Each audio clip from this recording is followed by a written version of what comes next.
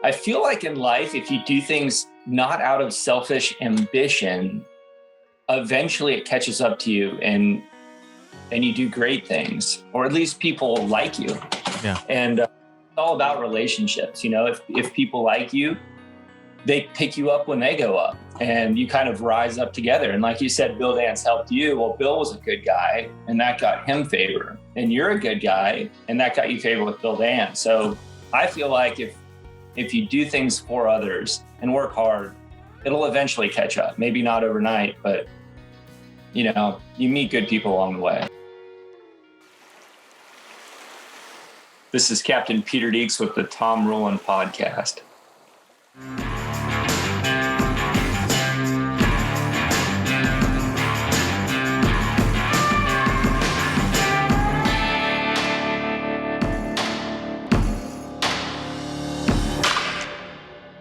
What's going on, everybody? We got a great show for you this week. I have heard so many things about our guest today. Captain Peter Deeks is a fishing guide in South Florida, and he has a very wide operational area. He fishes for all different kinds of fish. He is Bill Dance's go-to guy. I'm going to find out how that happened. They've filmed a number of shows together. He also does a lot of work with Salt Strong and gives some great information through the Salt Strong platform. He's got a 24 yellowfin that's wrapped with Salt Strong. You may know him on Instagram as Captain Peter Deeks, Deeks. And he's just a great guy that I wanted to get to know. I've never actually met him, so we're going to get to know one another over this podcast, and hopefully that will extend into fishing together and doing some other stuff together in the future, because I know with the recommendations that I've had from Peter or from Bill and some other people that I know, I think he's an overall really good dude. So let's find out. Here's Peter Deeks. Peter, what's up? How are you? Hey, good morning, Tom. Doing good. Man, excited to. Yeah, thanks. I appreciate it. I've heard so many nice things about you, and this is the first time that we've ever gotten to meet, I think, and it's really good to put it all together, because the things that I've heard have not only been nice things, but they've also come from people that I have a good amount of respect for, and that would be Joe Simmonds, of course, and Bill Dance, which I know that you're kind of close with both of those people. Mm-hmm. Yeah. So what about tell me about what your kind of mode of operation is. Where do you live? What's your area of fishing? Okay, sure. So I live in Merritt Island, which is kind of the east central part of Florida. I'm a fishing guide. I also own a hunting outfitter where we do like alligator hunts and kind of the best of what Florida has to offer.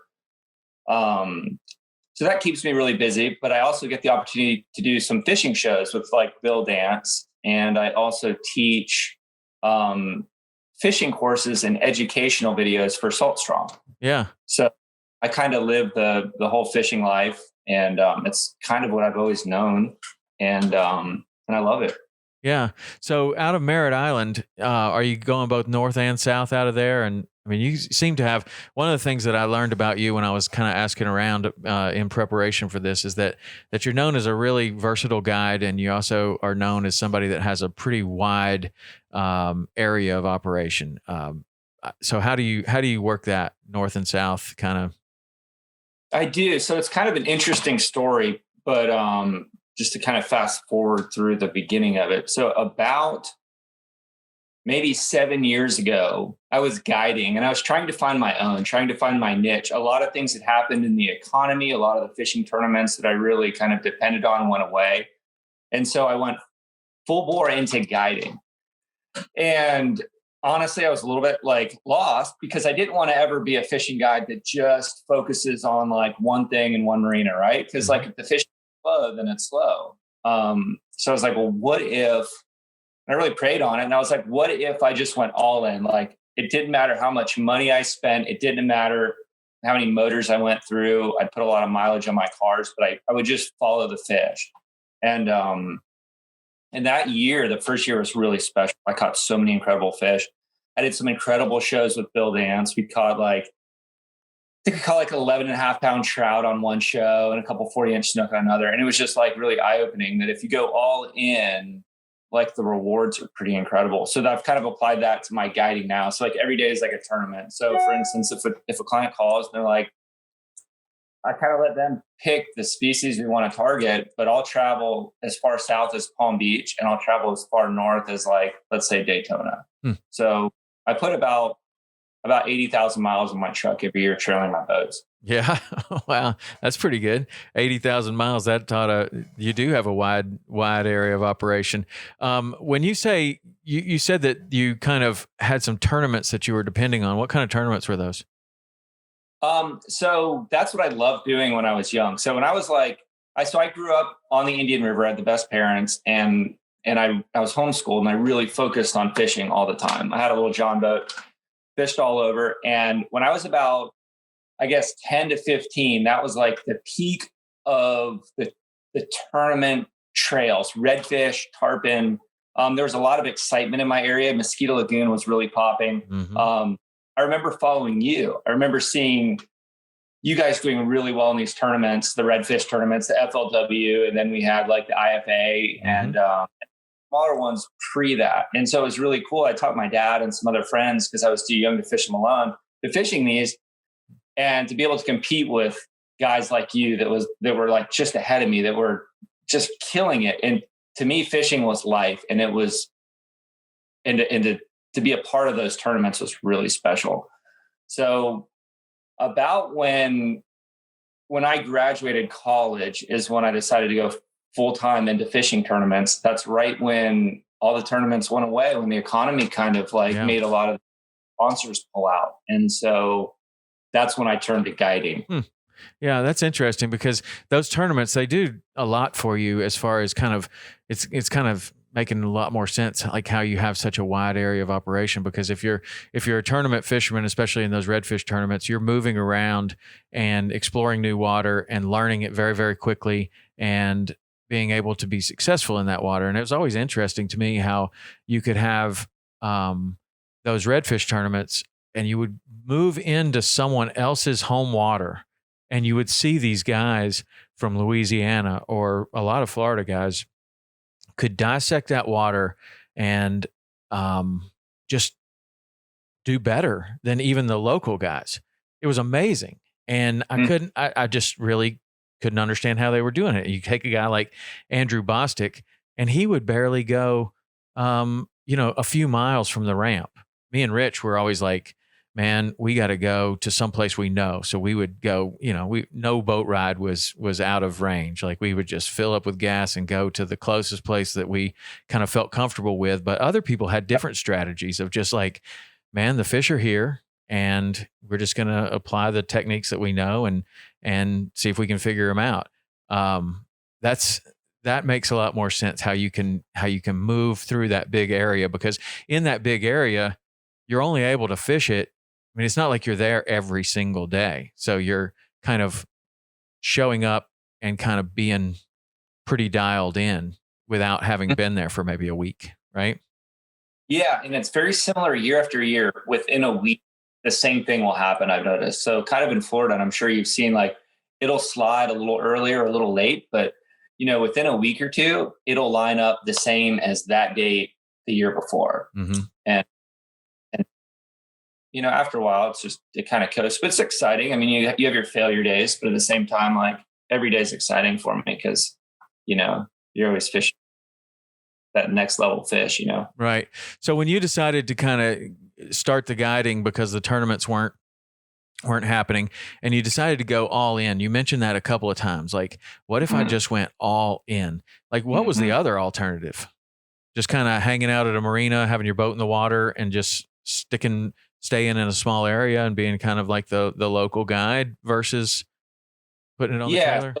Yeah. So leaving out of the same boat ramp or the same marina every day. And, 8 months out of the year, if you're a really good fisherman, you can catch really good fish no matter where you live, but you're going to have 4 months out of the year where it's really slow. And, it's hard to wake up in the morning being a fishing guide, knowing it's slow and charging those people money. Plus it gets old. It's boring. I probably wouldn't be a fishing guide if I hadn't done here. I would do something else. Yeah. What do you think you'd be doing? I don't know. I actually went to school. I was pre-med in college, and I decided my senior year, instead of going in medical school, I was doing really well in the fishing tournaments, my own mind, and I was sponsored by a couple of boat companies, or one boat company that had a couple other models inside that boat, and it was exciting. And I was like, I'm going to do this instead of medical school. So I probably would have went back to something like that. Yeah. Medical school. That's a similar story to Bill Dance. Like, he was one of my first guests on the podcast. I just really wanted, I mean, he was like top of the list, but that's what he thought he was going to do, be a doctor. Like, that was in his family history. Like he was kind of destined to be a doctor. And then instead he becomes a fisherman. Pretty kind of just another fisherman. But Bill's a good guy. How did you get hooked up with him? So yeah, I feel like all things are kind of planned out ahead of you. Like, it's kind of destined. So with Bill Dance, I was just guiding, and a friend of mine knew him really well, Mike Tipton. And Mike kept asking me to go fishing with Bill. He's like, he's in town. Why don't you go? And you know, as well as I do, like, when you're a guide for a fishing show, a lot of times if you have a bad host, it makes you look bad, and it's very frustrating, and you're kind of sacrificing a lot of time. So I had been burnt on a few shows, and I didn't really want to do it with Bill. I didn't know him. And I finally said yes. And we did one show up in Titusville, and like right away, you could just tell he was super genuine, like just a genuine man. He was so kind. And we did well that day. And he's like, what if I stayed another day? Could we do another show tomorrow? And I said, sure. And then he stayed a third day. We did a third show. And since then, we've become super close friends. He's one of my best friends, and been very fortunate and thankful for that opportunity. Yeah. Yeah. He's like that. I mean, you could probably go around the industry, and ask a whole bunch of people what they thought about Bill Dance, and you would get many similar, stories to yours. I mean, he's been a mentor to me. He has helped me when others wouldn't. And he's just always been super genuine and super nice. And I don't know, he's like a good role model for everyone to follow, not just in his successes that he's had, but just the way that he handles himself. He's a good dude. So do you fish with him every year? Like, you've gotten to be kind of his go-to saltwater guy. Yeah. So like this last year I think we filmed like 7 shows. So we'll end up doing every year, probably like 4 to 8 shows. And so it's become an annual event. And, sometimes he'll stay here for like a month, and we'll do a whole lot of shows, and get to fish together. And I am so genuinely thankful for his friendship and everything that he's done for me. But like, the one thing that he's done for a lot of people is he connects you with other people. And so he introduced me to Bob Bagby, who we both know pretty well. And so Bill was like, I've got a really important friend that I want to do a show with, and he's a sponsor, and we have to do really well. He put a lot of pressure on it. And I was like, okay. And so he's talking it up like it's a big deal. And I guess it was for him. And so we did a snook show. And so here comes Bob. Here's Bob Bagby. And honestly, like, my first impression of him, not throwing him under the bus, but he was like, he stepped on the boat like he was king. And he's like, hey, guide boy, like, go get me a drink, go put another bait on my hook. And he was like bossing around. I was like, I kept looking at him like, who is this guy? But by the end of the day, he was like the greatest guy ever. And we fished another show the next day, which is probably the best show that I've ever done. We caught, at the first stop, we caught like 4 snook over 45 inches. And since then, Bob has become a super close friend, and he's such a genuinely kind person. He's so nice. And he's introduced me to captains like RT Trossett down in the Keys. And so I'm good friends with him. He's taught me a lot. And Carter Andrews, and just that network of like the elite in the fishing industry. They're genuinely incredibly good people. There's a lot of like that beneath them, but the cream rises to the top. So you've got like yourself, and then you've got RT Trossett and these legendary captains, and they're such good people. and they've helped me with so many things, and I'm thankful. But it really kind of started with Bill Dance. Yeah. Why do you think that is? I mean, I have my theories about why people the people that you mentioned, what makes them kind of or allows success because you're a good person or because I don't know. Do you have any theories on why that elite group of people kind of rises to the top like that and then they all happen to be pretty nice guys? I feel like in life, if you do things not out of selfish ambition, eventually it catches up to you, and you do great things, or at least people like you. Yeah. And it's all about relationships. If people like you, they pick you up when they go up, and you kind of rise up together. And like you said, Bill Dance helped you. Well, Bill was a good guy, and that got him favor. And you're a good guy, and that got you favor with Bill Dance. So I feel like if you do things for others and work hard, it'll eventually catch up. Maybe not overnight, but you meet good people along the way. Yeah, for sure. I was kind of thinking that you take somebody like Trossett or so many of the others, and their guides, like their business for so many years was just taking people fishing. You're on a 16 to 30-foot boat, and it's you and someone else, and not only do you have to catch fish, but you also have to keep people entertained, and if you're not real genuine about what you're doing, it's going to come out before the 8-hour mark. Like, you're only going to be able to fake that for so long. And then if you're really into it, then I don't know, it becomes a very genuine kind of thing. But I always kind of think it's funny when people are, like starstruck by some of these people that I know as fishing guides. And I'm like, dude, the guy is a fishing guide. His business was to meet people on the dock and shake hands with them and talk to a complete stranger. Like, that is how he got business for a long time. He could talk to anyone. He's going to be the nicest guy you've ever met. Like, that's just the way, that's it, the MO, you know what I mean? Like, when you're guiding, you just become like this entertainer as much as you become an educator and a therapist and all of these other things that go along with being a professional fishing guide. But that's cool. Yeah. Those guys, Bagby, I had him on the show recently, and we were talking about just kind of sponsorship and how it goes. And he was definitely one of my first and earliest sponsors with Quantum. And I got hooked up with him through Shaw Grigsby, who is another phenomenal guy that is just the nicest guy ever. And he hooked me up with Bob. And I just remember the first phone call with Bob, and I was just like, wow, this is so weird. And I had this picture in my head of what Bob might look like. And then I met him, and he was entirely different than I thought he was going to look like. I don't know. I just had many, many conversations with him on the phone, and then he came to fish with me, and I was like, wait, who are you?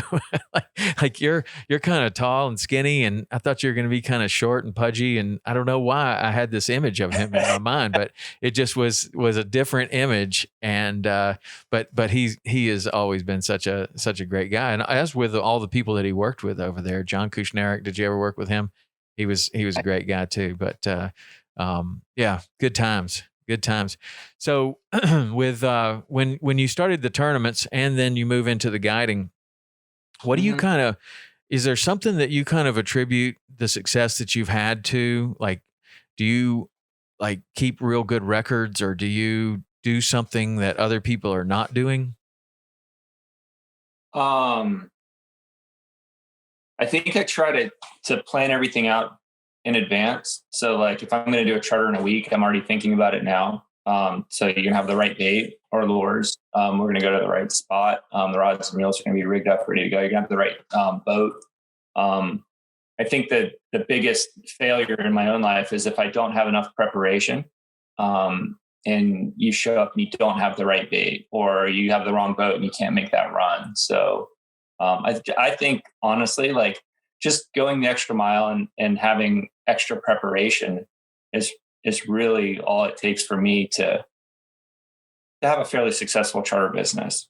and to make it more fun on the water. Because, for instance, like if you're permit fishing, or you're not, let's just say you might see permit, you're running out to a wreck, you're going to be cobia fishing, but in the back of your mind, you're like, well, maybe, and you get out there and there's a huge school permit, but you don't have crabs. Right. And you're just like, if I only had some crabs, we would have crushed it. So it's listening to that voice and going the extra mile and making sure you have the right bait. And it usually pays off. And I noticed there's a lot of fishing guides and recreational anglers alike, but they don't do that. They just kind of go the easy route and it ends up biting them. Yeah.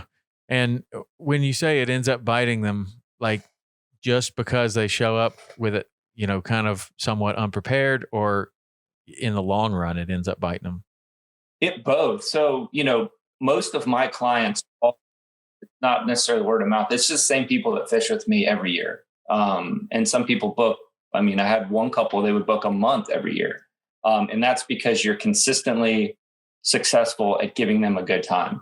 And people pick up on preparation. They pick up on whether you care or not. So, by making sure you have the right bait and that you're always on the fish and you're going the extra mile, people realize that. So the people that don't, you're going to lose that customer and you're going to get a bad reputation, and, it's going to bite you in the long run, and it's going to bite you in the short term because you may not get a big tip that day.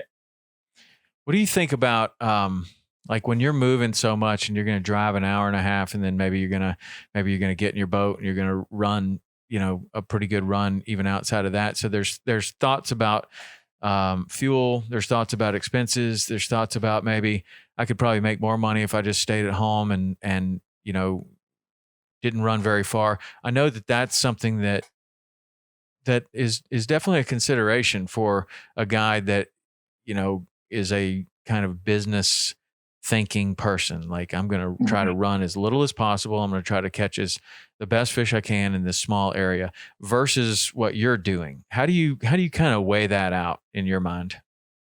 The first couple of years that I really did that was scary because I did kind of go upside down. I knew, like, you want to sell your motors every year at the lowest amount of hours. You don't want to put 100,000 miles on your truck.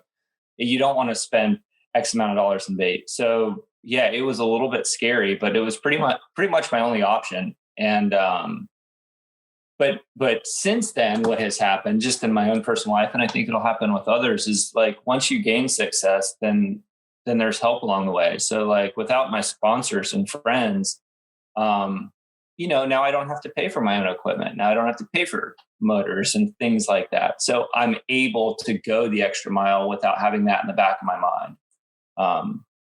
But it is scary at first because you don't make much money if you have to pay for everything. Right. Yeah. That's something for young guides to consider. And I remember being in that situation and just kind of having the same kind of feeling that you did. Like, you know what? This is my responsibility to put my clients on the fish. And if they're 40 miles away, then that's where I have to go. Or I have to get better at this area right around the boat ramp. Like if I want to save money and be very efficient, then I need to place my focus on that area and learn how to catch the best fish right there. So that when I think about all these different places I could go, that's where I want to be, like right there. And there is that. I mean, you can do that. And that would be kind of the advice that I would give to a young guide that was really worrying about how much they're spending, would be something like that. Like, it may be easier to catch them for you at this stage of your career way away with a long run, but that doesn't mean that they're not right next to the boat ramp. Good fish. And you might be getting like other guides that are taking a 2-hour boat ride to the boat ramp and fishing right there where you're putting in. And it seems like a long way for them, but it's right in front. I saw that just like we were talking about with people like Andrew Bostic in those tournaments, is he would never go very far. And his feeling was like, all the time that I'm running, I'm not fishing. And if I just fish, I'm going to run into a good fish. And you only need 2 in the tournament. That's a little different than a guide day. That's an interesting kind of thing with your tournament experience and your guiding experience, and you're obviously a great entertainer, and you can show a lot of people a really good time because they keep coming back and booking months at a time. That's a real sign of somebody that's doing really well.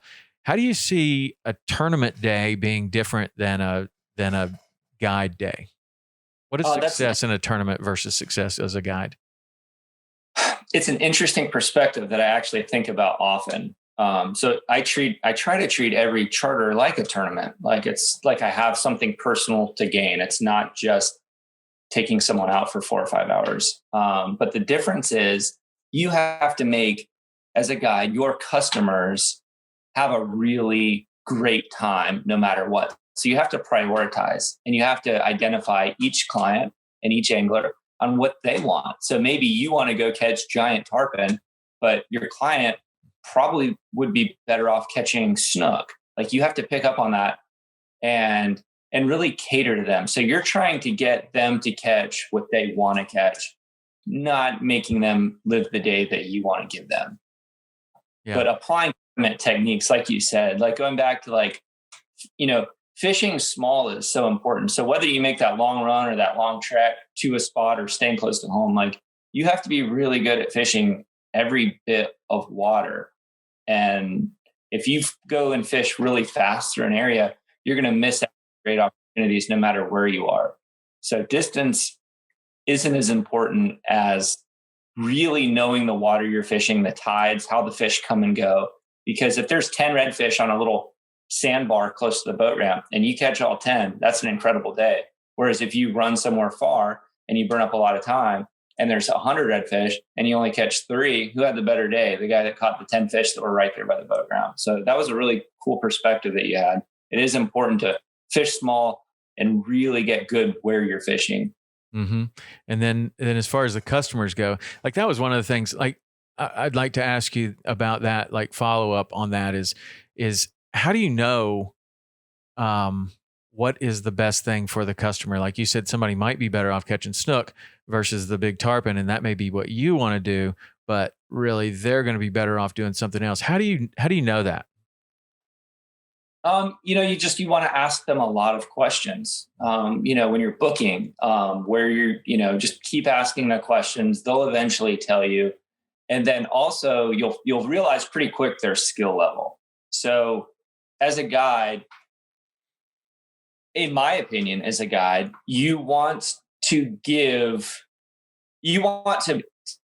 have the anglers catch the fish in their own way and their own skill level and their own minds. And what makes you a good guide is by creating a scenario that allows that to happen. So like, yeah, sure, you might be able to make a really long cast and catch that tarpon coming up, but your client can't.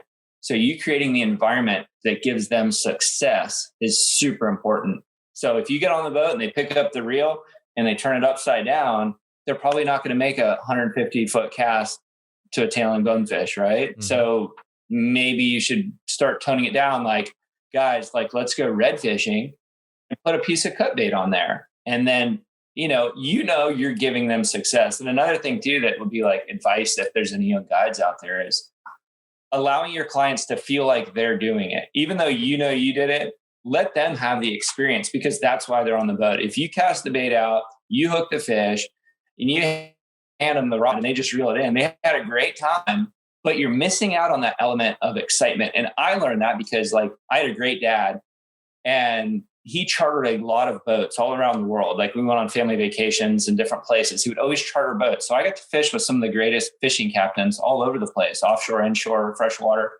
And I got to see what a bad captain was and a good captain was. And some of the most reputable captains we fished with were jerks. And I'm not going to mention names because like everyone would recognize them. But they would I remember like sitting on a school dolphin, we caught like 70 giant dolphin. And I'm like 12 years old. And all I wanted to do was cast out and hook a dolphin and land it. Who cares if we lost it, right? And they wouldn't. And that stuck with me. So now like I really try to like employ that, like letting my clients get the full experience. And who cares if they mess it up? But just don't put them in a frustrating situation where they're going to fail time and time and time again. Like you've got to figure out what they're capable of doing and then allowing Yeah. And a good guide can do that lightning fast. And somebody else might take 3/4 of the day, get frustrated and say, man, we should have just gone to catch snappers because you guys are terrible.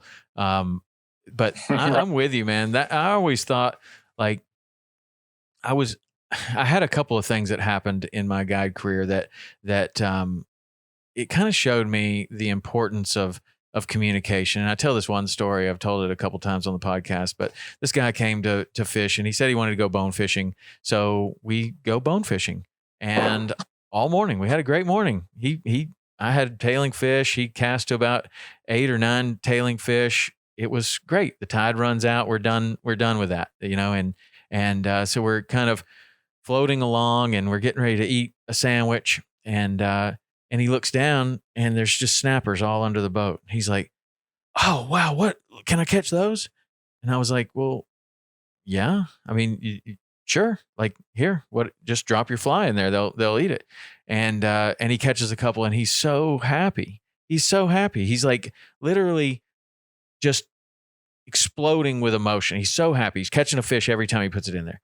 And I was like, well, if that's what you want to do, we can do that for the rest of the day. And he goes, well, yeah, I mean, this is what I wanted to do. And I said, well, you really said you wanted to go bone fishing. And he said, this isn't bone fishing? And I said, no, like this is snapper fishing. And he goes, well, what's bone fishing? And I said, well, that's what we were doing before, where we were actually after the bonefish. And he didn't even realize that was like a species. I mean, and I had missed all these cues in booking the trip, and he just thought bone fishing was going out in a skiff and, a bonefish boat, and you're going bone fishing and you try to catch whatever.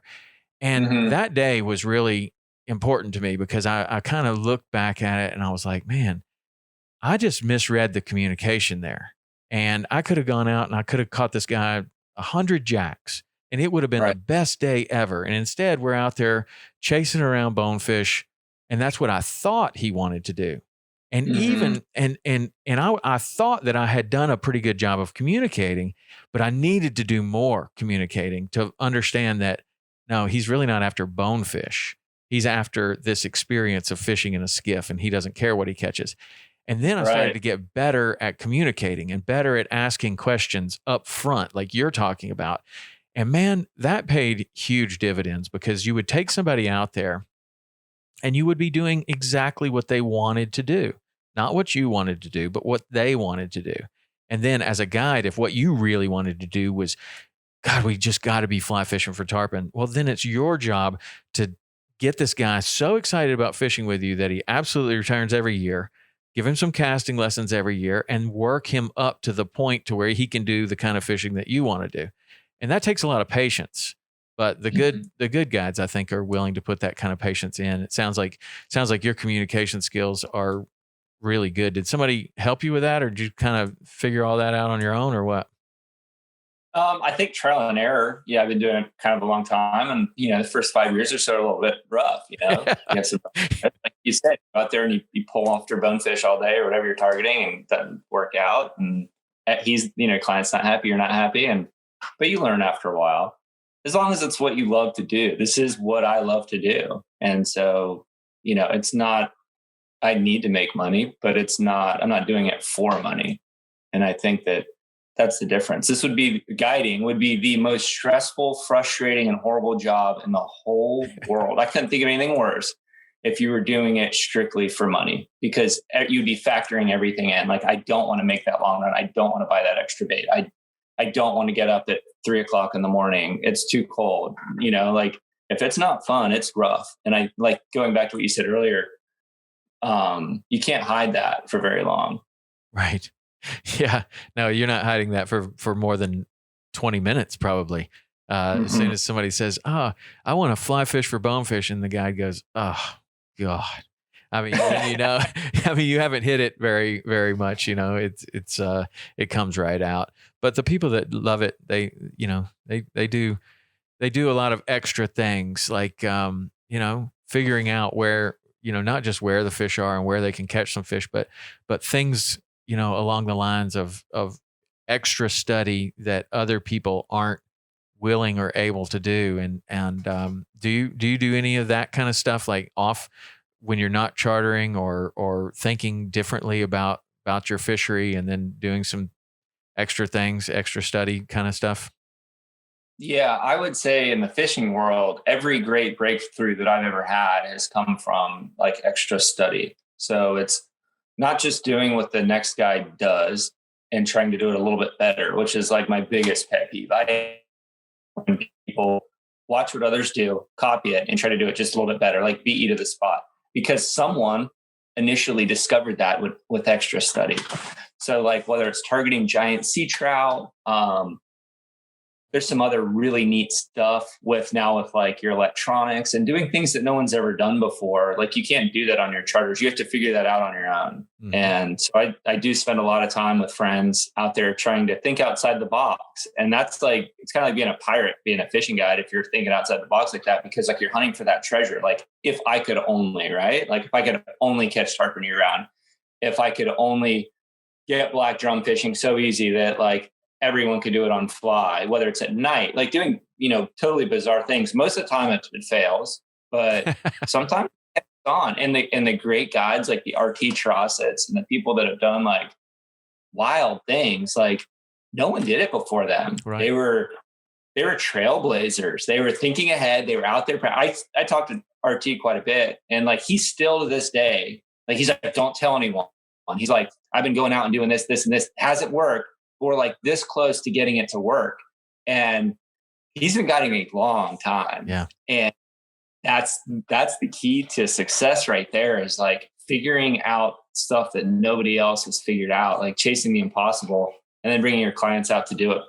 Yeah. Pretty cool. What kind of things have you done that are, somebody told me that you did a bunch of underwater study. Yeah. So like, I feel like if it's applicable, or if you're able to do it, if the water's clear enough, like watching the fish in the water will teach you so much about how to fish. Like, how do fish respond? If you've never watched them in their own behavior, in their own habitat, how do you know what they're going to do? How do you know how do they respond to bait and leader and movement?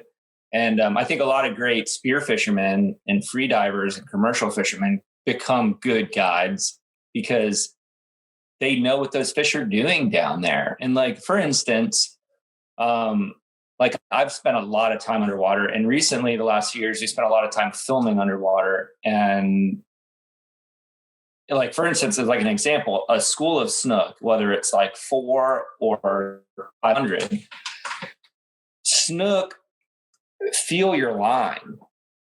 Whether it's fluorocarbon and 1 pound test, or whether it's 400 pounds steel cable, they actually feel it. And if your line, so let's just say there's a school sitting here, right? And your bait's here and you're fishing up here, and your line drifts through the school, that school parts away from your line, like the Red Sea parted, mm-hmm. and they won't come back to it. Huh. And like, how would you know that if you weren't swimming and watching that? So you always fish the leading edge of the school and drift your bait into them, because I get it's their lateral line feels your line and they don't know what that is. And so it's just cool stuff like that. So if you can spend a lot of time in the water snorkeling and watching, like yellowtail fishing down in the Keys. I love, like, my special place from being a kid was Islamorada, Florida. I stuff down there and I love it. And it's a special place I go down there to vacation, and yellowtail snapper fishing is so cool. But you look back behind the boat in the chum, and you see all the fish, and you see the Bermuda chubs, and you see everything going on in the yellowtail snapper, and then you're not getting bites. And it's like, you remember back, like, well, I watched, a video, or someone told me to use lighter leader, and yeah, that works. But you don't really realize that until you get in the water and you watch, and you see all these fish swimming around, and they're eating all the chum, and you see the bits and pieces of bait that they're eating. And here comes your bait on the line, and then they swim up to it and they don't eat it. And you instantly realize why. It's because you're not letting it drift as fast as the current, or your hook's too heavy and it's sinking. And so, like, seeing that helps you fish so much better. Yeah, for sure. What about other things like in the water, of course? But you mentioned your electronics. Like, what do you see as the frontier of electronics these days? So the bass guys are light years ahead of saltwater anglers when it comes to electronics. You're right about that. Those guys are so good with what they do. And it's like now with the electronics, it's like removing the water, you can see the fish. And so you've got the side scan. Some of the companies are coming out now where you have like the live imaging and the fish coming out. Yeah. And like, you have to be skilled enough to read that and to pick up on what's going on. But once you do, I mean, the fish really can't hide from you anymore. And so it's a game changer for sure, because shallow flats fishing has been so popular for so long. It's cool. It's sight fishing. I love it. It's my favorite thing to do because you can see them with your eyes, but it's popular because you can see them with your eyes and know they're there. But most of the fish live where you can't see them. Mm-hmm. So now that we can see them and where they're at, I mean, it just opens up a lot of doors. But, you know, we still have a lot to learn from the bass guys. Excuse me. And I'm teaching myself as much as I can. But, you know, there's schools of fish hiding out there in the river that we didn't know about a couple of years ago. Yeah. Let me ask you this. I just thought about this as an interesting question for you. The fact that you can see the fish or see that the fish are not there, which is the better time saver? Say that again. I'm sorry. So with the imaging where you can actually look at something and you can say, I know with 100% certainty, either there are fish there and maybe I didn't know about those fish and this is really cool, or this spot looks really good and I know for 100% certainty that there are no fish there. Like, huge time saver. That just happened to me the other day. Actually, we were fishing a huge school of snook, hundreds and hundreds of big snook. And for every day for like 2 weeks, just crush them. And we pulled up to the spot and I went by and I just looked at my fish finder. I shouldn't have even looked at it. Like, what? Nothing's changed. The wind's the same. The current's the same. And I look, and they're gone. They're gone. And I went all around, couldn't find them. I don't know where they went. Like, I was hours there thinking they had lockjaw. Right. Yeah. That's kind of when I mean, it's almost like, I don't know. I tell my son's going through this whole thing right now where he's trying to figure out what he wants to do with his life. And I'm like, well, if you don't know what you want to do with your life, you got to try more things, you know, because figuring out that this is something that you thought you wanted to do and spending some time on it and realizing that it's not something that you want to do, that's not a failure. That's like, now you know that that's not something you want to do and you didn't waste any time there. That's very similar to these fishing situations of, you know, you go someplace, it's a situation with a ledge and a channel running through there and everything looks great. And you spend 2 hours there. They've got to be here. They've got to be here. But now with the electronics, you look over there and they're not there. And it looks good. And if you were a fish, you'd be there, but you're not a fish. And there's something that they know that you don't, and you could have spent half the day there and you could have gone back 6, 7, you could have gone back on they've got to be here. So I'm going back on the next tide. I'm going back on it was the outgoing tide. Now I'm coming back on the incoming tide. It's got to be something. I'm going to go back on a cloudy day, a rainy day. I don't know. They're going to be there, but they're not. There's plenty of spots like that, you know, where it just looks so good and it's just never happened for me, you know, and I'm sure you got spots like that too, where it's just like, I don't know, but I look at the electronics and I'm kind of thinking, yeah, it's great when you can just see the fish, but it's also great when you can see that they're not there and just move on, you know, and you don't second guess it for months. Right. Yeah. It's awesome. I don't know why we're so far behind in the saltwater world compared to the freshwater guys, but well, I think that there's some fishing that those type of electronics, you know, like what the bass guys are using now, where you have the forward scan on the trolling motor, and you know, a lot of times they're fishing in deeper water than we are, and so the cone is much larger, and you have an opportunity to see more of what's going on in deeper water. Whereas if you're fishing in 3 feet of water and the trolling motor is almost touching the grass, it's not really applicable. Sure, but now, you know, the fish, to your point, the fish aren't always up on, you know, that more fish are off of the flat somewhere else that we haven't been looking. And that's where the electronics really, you know, can really make a big difference, is trying to figure that out. Like, okay, I've been fishing up there for 20 years. Now I'm going to try fishing out here where I have no confidence, but this thing is a confidence builder. I can look there and see if they're fish. That's so much. What do you think about the role of confidence, like in your own fishing? I mean, of course it means, it's really important, but like to have the confidence to stick with something when it's not working. Like, how does that play into what you do? Confidence is everything. If you don't have confidence, you shouldn't be doing it. And because there's a difference between knowing that like the tarpon aren't going to be biting that well today, and we just have to wait an hour for a bite. That's still confidence. Like I know in an hour in my heart that we're going to get a bite. But if you don't have confidence, you need to build confidence and find confidence. And, going back to your electronics or maybe spending more time in the water, just moving around. Like the cool thing about, at least in kind of Southeast United States and saltwater, if you move around a lot enough during the day, you're going to find something cool.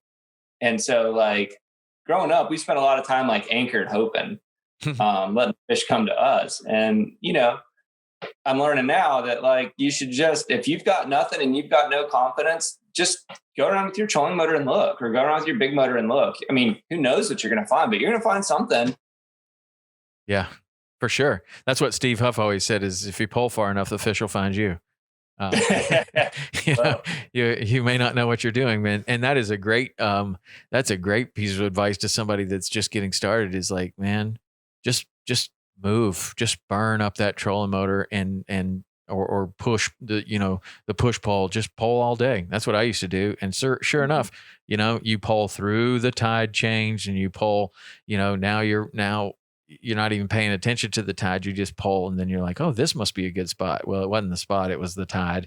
And it might take you a little while to figure that out, but it was the moving that allowed you to find the fish. And I don't have much of an attention span to sit and wait for very long, unless I have the confidence, like chumming for bonefish or something like that. But even then, it's not my favorite. It's not my favorite. So what do you think your favorite species is? People ask that a lot. I think it's like it's like probably the most frequently asked question on the boat from my clients. And I would say I like to be seasonal. Like there's not something that I really love to fish for, but I love fishing for trout in the spring. I love fishing for snook in the summer. I love redfish in the fall. And then in the wintertime, it's just a great time to catch a whole lot of fish. But like right now, I cannot wait to catch big trout. Like I'm already looking at different boats and like, what do I need to get back to where these big fish are? I think they're going to be extra shallow this year. And so that's getting me super pumped up. I don't have like this one fish and that's my favorite fish. I love catching tarpon because, for instance, I love catching these trout, but man, by April, I'm going to be so burnt out on trout. I never want to see another trout. And then now it's like, oh boy, it's snook time. But personally, I think, I don't know, maybe everybody's different, but I really like and have a lot of drive to be really good at fishing in like my home region.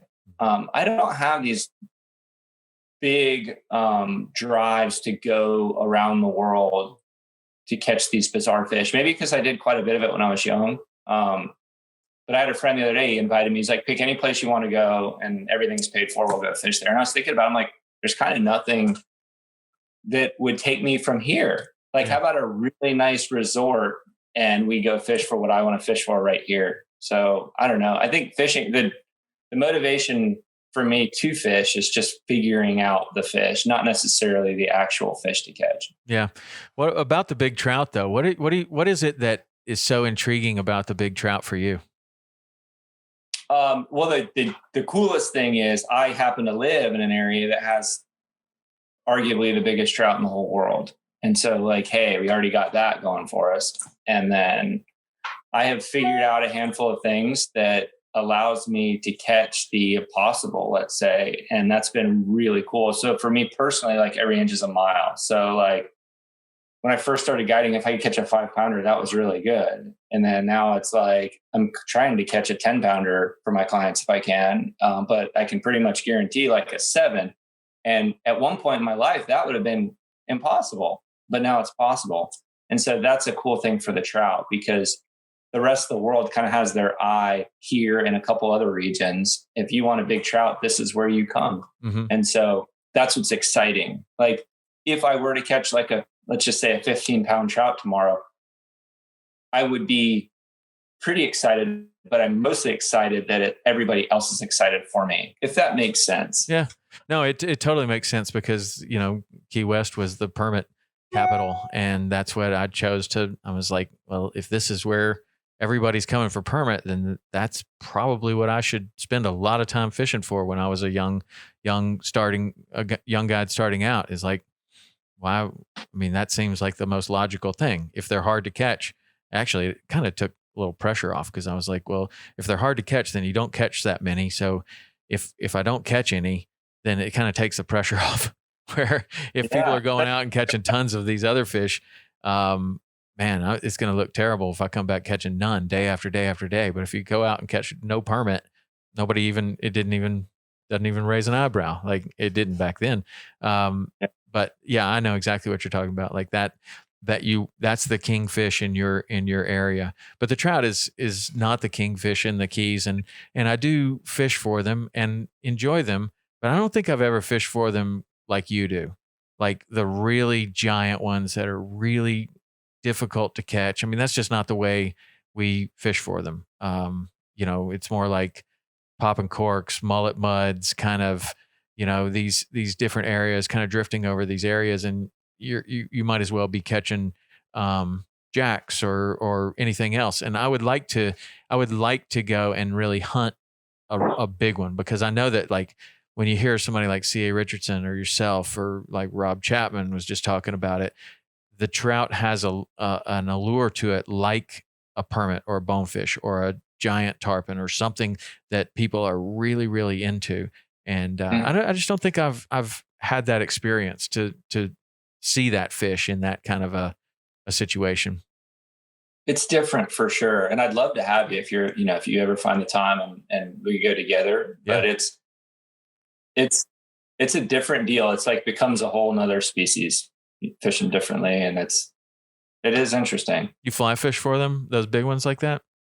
I do. Usually for fly fishing, we'll do it in like the dead of the winter, or like I've got some other little things, like I'll go out at night. And those little secrets that you figure out that other people don't know about, and it allows you to catch those fish. But it's neat. And like probably, like for Rob and some other guys that really love the big trout, it's one of those premier bragging rights fish. Most of my clients that come here to fish for big trout, a lot of them are guides themselves and other like Louisiana, Texas and stuff like that. And like all they live for are big trout. They're just like big trout, big trout, big trout. When they catch one, they're so excited. It makes me excited. Yeah. Because we kind of take it for granted, like permit, like you would love to catch a 40-pound permit, but like, nah.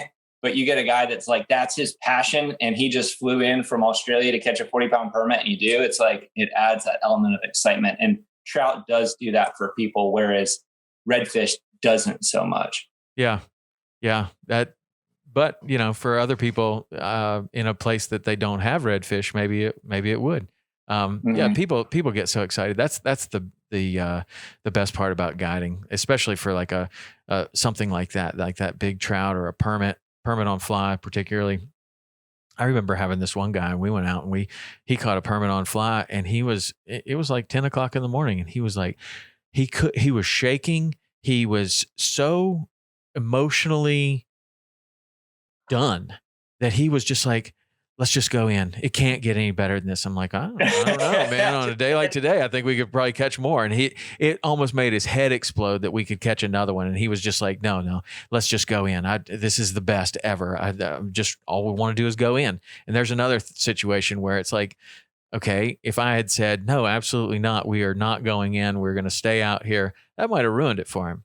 But he was ready to go in. He wanted to go tell his wife that he had caught this fish. And so we're done fishing at 10 o'clock in the morning. And I'm like, man, what a waste. But he's like, this is the greatest thing ever.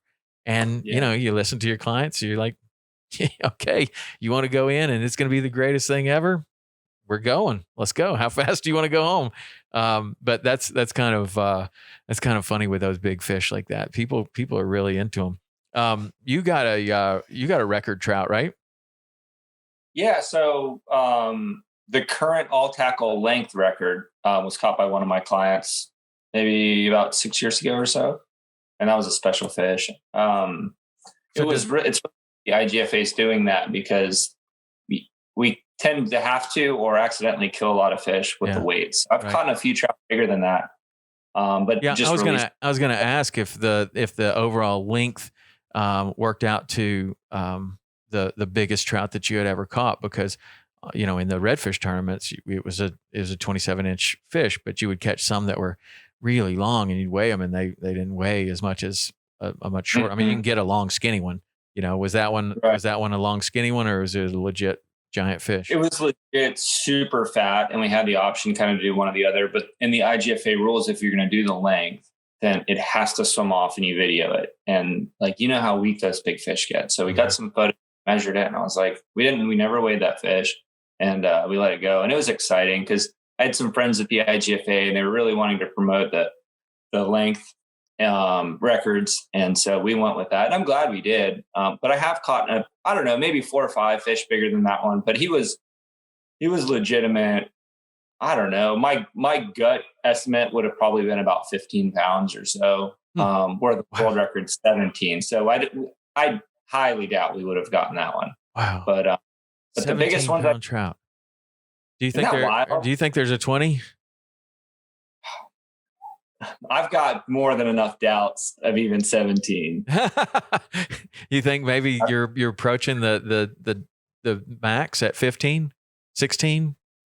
Yeah, there's been a few 15-pound fish caught and a few 14s, and I've caught a lot of big fish, and I've got some friends that are trout gurus, and I don't know if it's maybe just fishing pressure or what it is, but I think that's it. I think 15 is about it.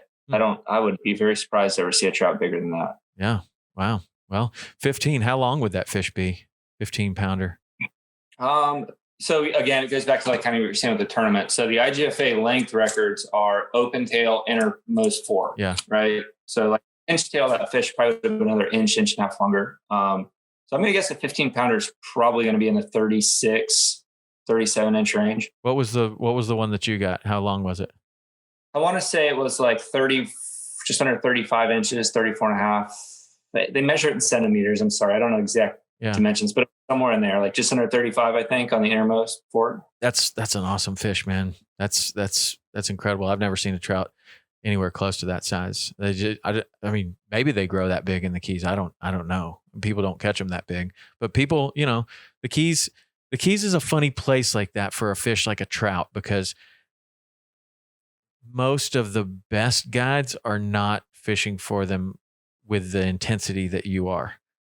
What if they did? I mean, could we find some big trout in the Keys? Probably bigger than what we're catching now, if that was some incentive.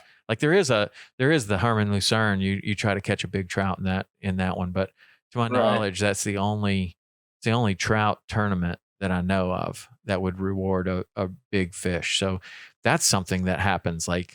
When you have those tournaments, I mean, man, the learning curve goes up fast, really fast. When you incentivize the 30 best guides in an area with money or whatever to go after X, Y, or Z, whatever it is. And all of a sudden, whatever was kind of the standard is going to change. That is the fastest way for everyone to learn a lot more about whatever it is, whether it's, trout or permit bonefish, tarpon, redfish, snook, all of those things. That changes things when you start going after them like that. Yeah. And it teaches you what's possible. So I'm sure after the tournament, there's well, where did so-and-so catch this giant fish? So then they know it's possible. They go and look for it and they end up doing it. I know. And that was one of the things that I learned. One of the biggest things I learned right away when the first couple of red bones that I was ever in, I would just stand there and just stare at they used to have this giant scoreboard. It was huge. And they would have everybody's name on it. Day 1, what you caught. Day 2, what you caught. Day 3, what you caught. And you're just looking at these people just wow. Either I can't believe that guy caught nothing, or Right. look at what they caught. Like, that is unbelievable. I remember when Rick Murphy and Scott Deal and somebody else, Mark Croca, they caught 65 redfish in the red bone. And I mean, man, at that point, I don't even know if I had seen 65 redfish. And that was an eye opener. Like, just, Yeah. whoa, that's Yeah. a new bar. Yeah. For sure. And then you start looking like, well, where did they catch them? Where's that school at? And then it opens up that whole new world. Yeah, it does. It does. And then, then you start talking like, did you see those guys anywhere? Oh man, they blew past me at this one place. And you're like, okay, well, it's in that direction. I'm narrowing it down to where it was, but everybody knew exactly where those guys were fishing though. It was right in Snake Bite. I do have a quick question for you, if that's okay. So like I've been watching you. There's a couple people that I think are really cool. Let's just use the word cool, and in the fishing industry. And one was Jose Wajebe. And so like when I woke up every Saturday morning and watched fishing on TV, bass was okay, but I was a saltwater guy. So like there wasn't cool saltwater. It was kind of like, I don't know, I don't want to throw shade on anyone, but it was like there was kind of like the older saltwater, and then there was like cool bass, and there was Jose Wajebe, and then there was you and a couple other guys, but like I really kind of like, it was like cutting edge. It was super cool. You guys were in the tournament show. I remember fishing the redfish tournaments, and I'd see you guys fishing over there, you and Rich, and it was like, it was really neat to be a part of that. Mm-hmm. But a lot of people that I used to look up to have kind of fallen away or gotten out of the industry or done other things. But you've always remained cutting edge and on top of things. And like one thing I'll remember is, and correct me if I'm wrong, but I think you fished for Oakley for a short period of time. Yeah. And I remember it was like a Forest Sportsman magazine, and I opened it up, and I think were you on like, dude, this is weird how like no, it's full page ad. They had so, like, that stuff on like bus stops and on buses and everything. It was all over the place. That was it. And I'm like, we've never met, but like, I still remember that. I'm like, that's cool. Cause I was into surfing. So I surfed a lot. A lot of my friends are professional surfers. Their dads were big reps in the industry. So like surfing was cool. Fishing was not. Fishing was smelly and dorky. Surfing was cool. So when I saw that Oakley ad, it's like, fishing is cool. Right. And Jose's got these cool, Shimano reels on the beach, and that's cool. So, with you, did you ever have like a goal that you were striving for, or did you just kind of take it like block by block by block? Because you've always remained cool, in my opinion, because now you're really into like fitness, and you have the nicest boats, and you have the, cool gear, and you're catching cool fish, and your shows are really successful. You haven't just stuck with the same thing you've done. Yeah. Now, do you have long-term goals, or do you just kind of take it day by day? Well, I think there are definitely long-term goals. But the day by day it started out, I want to make a living as a fishing guide. And, that started out in freshwater, as a fly fishing guide for trout in Montana, Idaho, and Wyoming. And I wanted to be a fishing guide. I didn't want to be a fishing guide for 120 days and the snowmobile guide for the rest. I wanted to be a fishing guide. And that led me to saltwater. And I used to do both for a while. And then it kind of led me to being in the Keys full time, all the time, and fishing all the time, and learning how to make a living like that. And part of all of that was, very similar to your story. Like, I am burning up my equipment. I am trashing everything that I own. I need some help here. I need some sponsorship. I need to understand how this works. Otherwise, I'm not going to be able to do this anymore. So that's where the tournament started to come in. It's like, okay, I'm through people like Bob Bagby, and a lot of the people that we've talked about in this conversation helped to be like, well, you are worth the size of your audience. That's something that Shaw Grigsby told me, and that has resonated with me just about every single day. That, if there's a secret to it, that's it. Like, you are worth the size of your audience, and you're doing a great job with that. Like, your work with Salt Strong, you are, growing. Like for me, it was magazines and TV shows. The magazines are irrelevant. basically now. So like Salt Strong and the work that you're doing, that's today's magazine. Like that's a big audience, and you're doing a great job there. So, you are worth the size of your audience, and then that sponsorship comes when you can increase your audience to where it's bigger than most other people, and then the tournament's turned into the TV show, and it's kind of like the passion was, I want to show people what it is that I'm doing out here that I think is so cool, and I can do it one at a time with a guide, with a customer on the boat, or with a television show. I can do it hundreds of thousands of people at a time, and let's see if we can parlay that into having people become more aware of conservation and maybe etiquette and whatever. Like how can we use a big platform to help fishing, to help conservation, to do whatever. And then the longer term goal is to continue to do that, because it's very easy to get it started. It's hard to keep it going. And because it's very easy to tell people like what you're going to do and convince them that it's going to be the greatest thing ever, when in fact that's a pretty easy sale. I mean, you can be pretty slick and you can sell that, but the hard thing is to keep it going year after year. So I don't know that I ever wanted to be considered cool or to help fishing be cool or whatever, but I do think that I always kind of thought that you could somehow transcend fishing to be to use fishing as a way to get that larger audience for whatever reason, to then turn around and help fishing more, because fishing is the most important thing for me. Like if you can raise water quality issues and raise awareness of water quality issues and actually really make a difference because you've built this audience around fishing or surfing or whatever it is, whatever your platform is there some way that you can use that for a greater good? And that's kind of what the long-term vision is, I guess. But I don't know. I appreciate you saying that. I mean, it's been a lot of hard work, and it didn't come easy, which I'm sure that your success hasn't either. I'm sure that it's been a lot of hard work. Yeah. No, that's really neat and insightful. It's just neat that, I mean, just for you to know you impacted my life, and I'm sure you impact so many other people's lives. Well, that's super cool, man.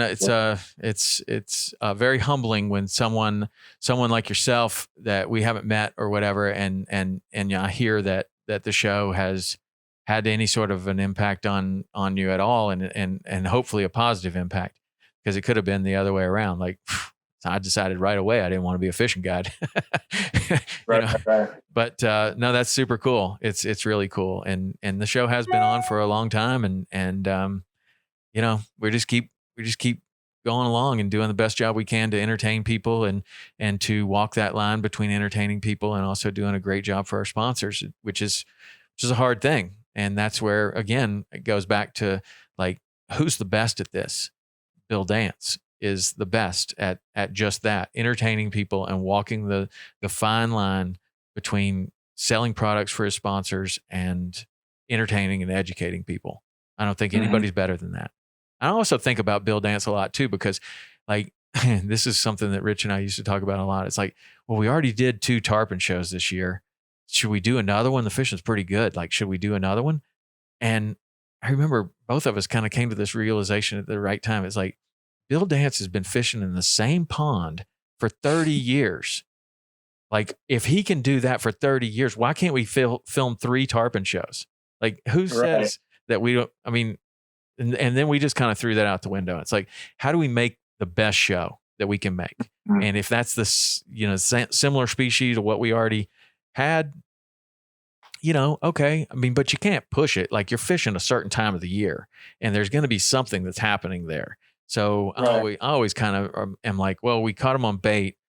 now can we catch them a different way, or can we do it a different way, or can we fish in a different boat, which will appeals to a different audience? Like, is there a way that we could even do the almost exactly the same thing, but do it in a different way so we tell a different story? Or could we bring a guest today so that they've never seen this? And you keep it kind of interesting like that. But I look to Bill Dance a lot for that, because he's fished a lot of the same places for the same fish over and over and over again. And nobody seems to get tired of it.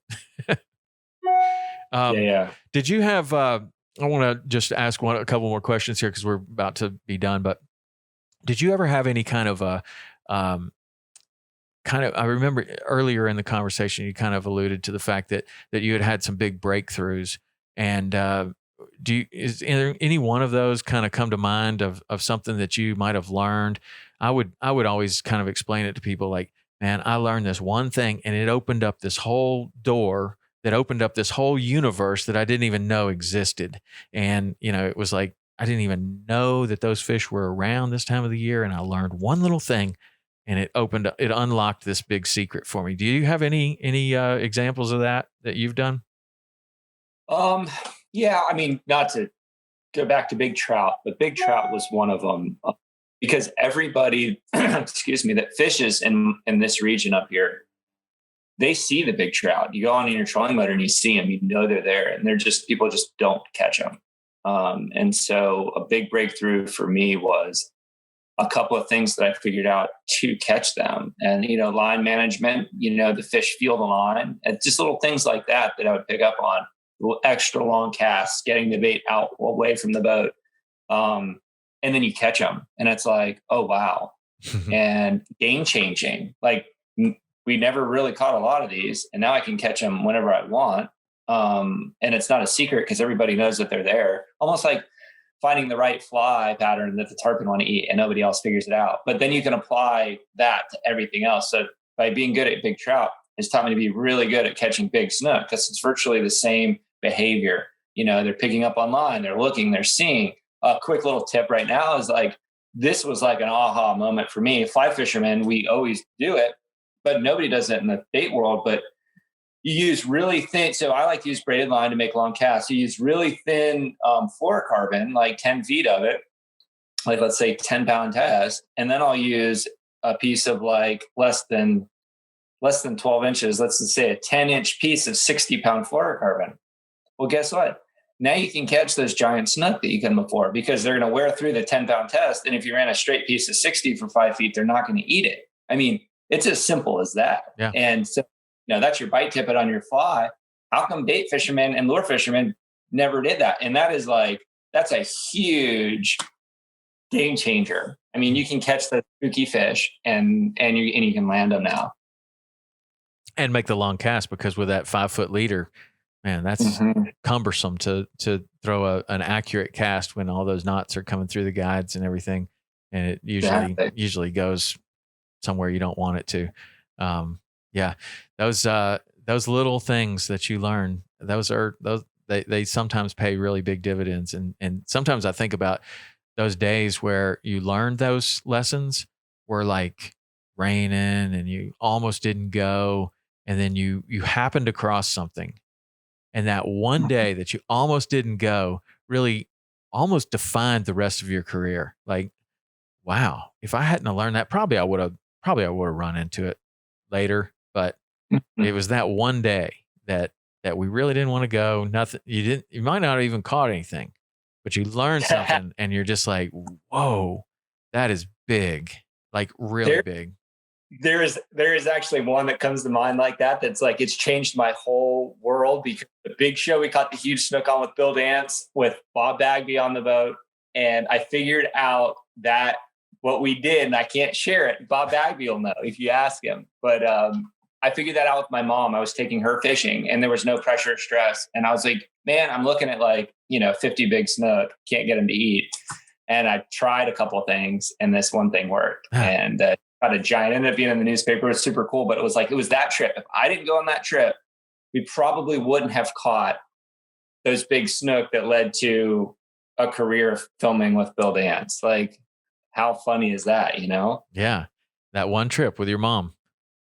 Yep. That doesn't seem like that would be the key to unlock the rest of your career, but you just never know. And that's why, I don't know. I think it's always better to go. Well, it's not always better to go.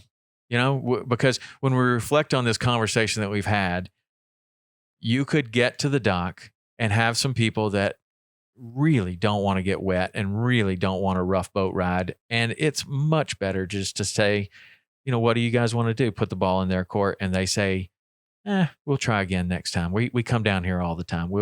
There's no need for us to go today. Or you could really push it and get them to go. I mean, it's a gamble sometimes, because if you really push it and get them to go and they're like, oh, I had no idea it would be so calm behind these mangroves. And look, we're catching all these fish and you made a great day. This has been fantastic. Or they could be like, that was the roughest boat ride. I hate fishing. I'm never coming again. I don't know. That's where a good guide really needs to make that quick determination about the person. And every person's different and every day is different. And somebody's back might be hurting that day. And on another day, it might not be. And you just got to, the best guides are able to kind of figure that out pretty quick. Yeah, for sure. Yeah. Well, listen, man, this has been really great. And I would love to have you on again, because I think we barely scratched the surface. I'd love to talk to you about some, fishing related stuff, but I'd love to hear your story. It's really cool. And I want to thank you for telling me about the show, you watching the show. That's really cool. Yeah, no, thank you so much. It was, it's an honor, and, super fun and super cool to be on the show. And I want to give a quick shout out real quick. One of my childhood friends, who I've learned to fish with. He's a fishing guide for you now, Anthony Vargas. Oh yeah. And, we didn't even get to Anthony. That's so awesome. So many mutual people. Cause like, if you're good to people and kind to people, they stay with you, and the cream rises to the top. So like, honestly, we'd be 12 years old fishing under this dock. We called redfish swims with redfish because we couldn't pull the redfish out. So we'd hook a redfish. So we're like 12 years old, hook a redfish, and then we'd have to jump in the water and swim through the pilings to land. Couldn't pull them out. And so like, I just have these fond memories of them. And like, fast forward, I'm assuming he works for you. Yeah. And he guides out of Hawks Cay there, and on your boat. It's like a pretty small world. Yeah. Anthony is such a great guy. He is doing such a good job down there. And everyone, without exception, everyone that I send down there to go fishing with him has a wonderful time. And he has become an expert at what we're talking about, like reading the customer. And from Hawks Cay, you can go and catch so many different things. Really, so many different things. He could go catch big tarpon at the bridge, or he can go back and do the sea trout kind of jack, thing, and just lots of action. Keep the rod bent all day long. And he just talks to these people and quickly determines, okay, this is what we're doing. And he's got so many options, available to him, and he's really good at so many different types of fishing, but he's really the best at handling the customer and just being just a good person to spend the day with. I mean, what a great guy he is. He's so awesome. Always smiling. Always so nice. No, he's always smiling. He's always smiling, and he's happy and good on him, man. I'm glad to have him. He's a good hand, but I'm glad to put that connection together too. Well, how does everybody follow you and support what you're doing, and maybe even go fishing with you, or try to? So you can follow me on Instagram, which is probably my favorite way, because I'll post fishing reports and stuff on there, which is CAPT, like Captain, CAPT, then my name, Peter Deeks. And then my website is peterdeeksoutdoors.com. Okay. And then what about your stuff that you do with Salt Strong? Because that's probably some of your best information, I would imagine, is locked up in there. It is. If you're not already a member, it's the world's largest online fishing community, right now with Saltwater, and it is growing, and it is so cool. Some of the best captains are on there, and we teach educational videos on how to do things. We rate products, you get discounts on products, and it's a community, so you can share information with one another. So, you don't want to give up your best spot, but if you're out there and you have an aha moment, you can share that with your fellow members, your brothers and sisters, and they do the same for you. So it really helps you up your learning curve. You get to see the best gear, products, and reviews. and you get to see some cool fishing footage and educational videos from captains like myself. So I can't recommend Salt Strong enough. And also a huge shout out to Joe Simmonds and Luke Simmonds, which is a whole other story how we met. But they are some of the most genuinely cool, awesome, nice guys, similar to Bill Dance, in that they don't have to try. They're just really good people, and they work for others. And so, like, huge shout out to those brothers. Are really good people. Yeah, very good people. And you've got your 24 yellowfin wrapped with Salt Strong, right? I do. I love the boat. I love the wrap, and go Salt Strong. Yeah, that 24 yellowfin, man, that's the most versatile boat on the water. It is. I just put a call in for one of the 17, so I'm hoping we all that stuff. Yeah, because like the new one with the V hull.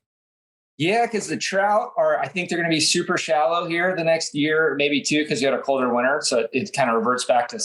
Not to make it a long story, but anyway, yeah, I think the carbon fiber one with a really small motor, I'll be able to push the boat into where the fish are, and I'm excited. Yeah, well, that'll be a great boat. I love fishing both of those boats, and yeah, I'll be anxious to see what you pull out, because you got to get way back in there, I guess, and those low winter tides. That's the time to get back in there. How big a motor do you think you're going to put on it?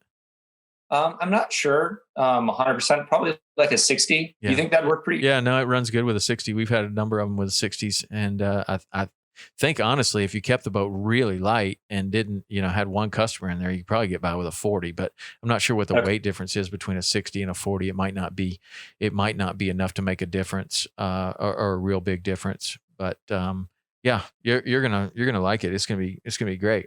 All right, Peter.